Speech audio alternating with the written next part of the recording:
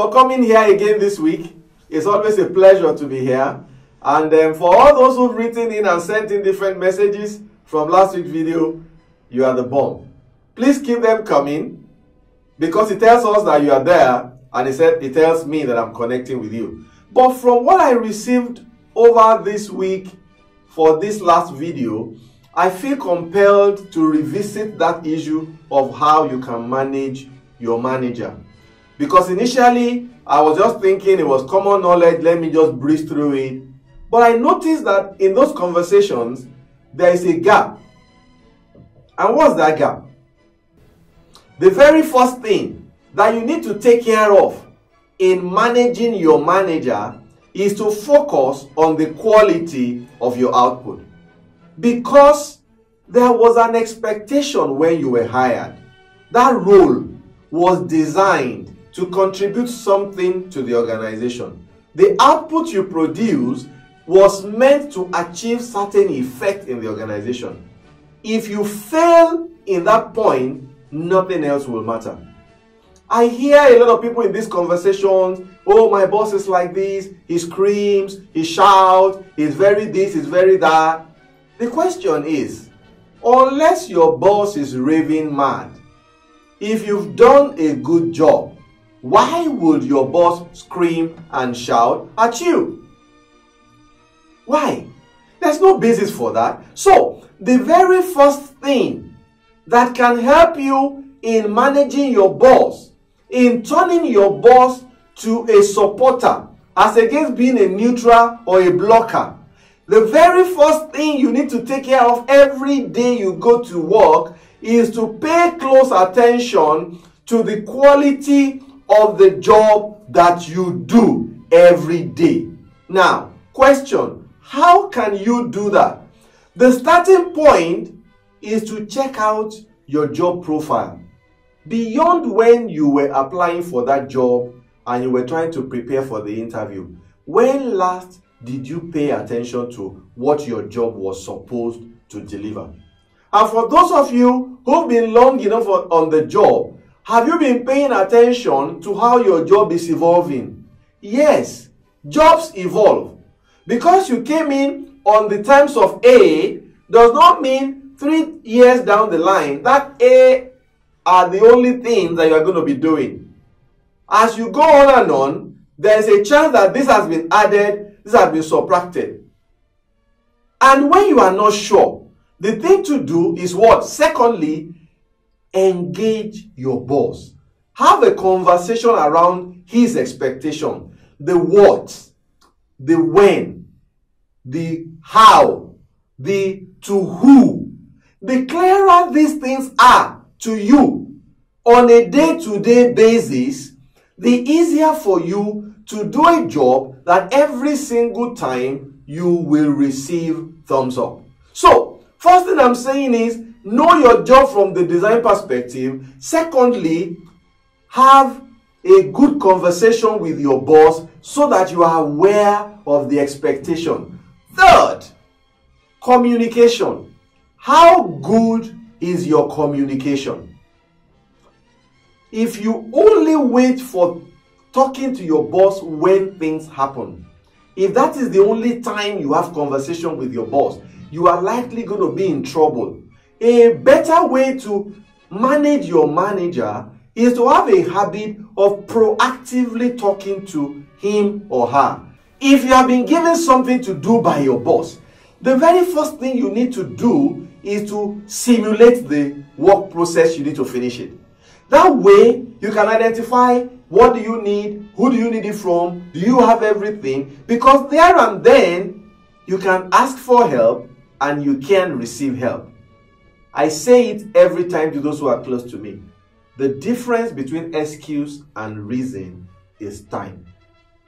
Somebody who is trying to solve a problem at a time that is productive, yes, can run into obstacle, yes, can run into difficulty, but because that person is doing it at the right time, he is able to quickly ask for help, she is able to quickly escalate and get help and get the problem solved. But if all you are doing is your feeble effort, if all you are doing is to find something to say when they ask you, what would happen? You will always be looking for something to blame for why the desired result is not produced. Therefore, communication is extremely important. Many times you can be given more than what you could do in a particular time frame. What does communication say? Communication say you go to that same boss that has given you 1 thing, 2 things, 3 things, 6 things, and they're saying now. This is not with a bad attitude. It's to say, sir, you on my plate, I have this, I have this, I have this, I have this. Can I know the order of importance so that I don't leave the most important thing undone? What do you think your boss is likely going to do? Number one, there will be an awareness of this one person, he has 4 things. If the 4 are equally important, what do you think your boss will do immediately? He will either find somebody else to support you, or he will start buying time or reconstructing his expectations. And sometimes, very interesting, the things you are spending 2 hours to do, the boss may be expecting you to just do 30 minutes, find some high-level figure and give it to him. He may not be requiring that at the level of detail at which you are working at them. So, communication is very important. Some people think that the way to do it is to moan and bitch and complain every time they are given something to do. No, that's not how to be an individual that can properly manage the boss. Let me tell you something. Maybe you never thought about it. It does not matter what happens at work. There's only so many hours that are there for work. Yes? Labor law says 8 hours. If you extend it and you are a work addict like myself, you can turn the 8 to 12 if you try. Maybe you turn the 8 to 13, 14 if you really try. But the point is, there is only so many hours with which you can work. So when your boss comes and gives you 1 thing, gives you 2 things, gives you 4 things, gives you 6 things, it does not matter how many things he gives you, there are still the same number of hours to work. Make that variable number 1. Variable number 2, you are paid to work. So whether you use that 8 hours on 1 thing or that 8 hours on 4 things, all you are paid to do is what? 8 hours. Therefore, if you are given many things to do by your boss, what you should do is an active, proactive communication to say, sir, which is most important, so that the way I go about them will meet your expectation. Let me share a very little silly joke of myself with you. When I was working in UNICEF, I had this boss. He was the country manager for finance and admin, if I remember very well. His name is Abdul Rahman Hessi. I was a new graduate then, like 3 years into my career, and at that time computer wasn't this very common. So my boss gave me a big Excel file. I'm an accountant, remember. He gave me a big Excel file and he wanted me to format it nicely for presentation. One of the things he wanted me to do was to add comma separators, 1,000 separators to the numbers. You know what I'm talking about. Now this is like 3,000 or 5,000 rows. I was new to the PC.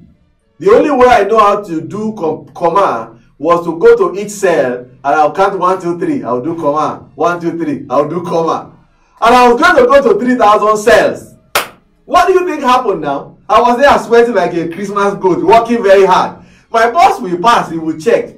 Tima, can you see busy? Yes, I'm working. After like 10 minutes, the guy came and said, what are you doing? Okay, I'm putting comma separators in this column. The man laughed. He said, come, let me show you something in my office. He sat me down. That was the first time I saw that. I'm sure you know you're already laughing in your chair now. All I needed to do was to click on the column, go to comma separator, click on it, and it will apply it to everything. How many seconds do you think that would have taken me? Maybe 30 seconds, maybe 1 minute. But what you don't know, you don't know. But if you don't actively engage your boss, maybe the guy is thinking, comma separator formatting 5 minutes. This one 20 minutes. In 30 minutes, just should be done. If they left me with that, with that spreadsheet, do you have any ideas how many days I will have spent doing that? And I'll be feeling good. I'm working very hard.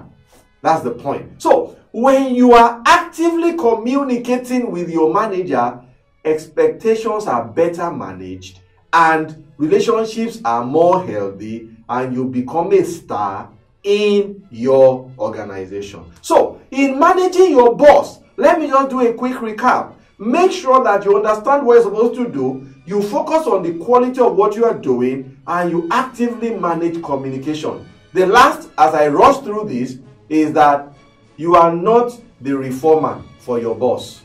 Yes, you don't have to like his style.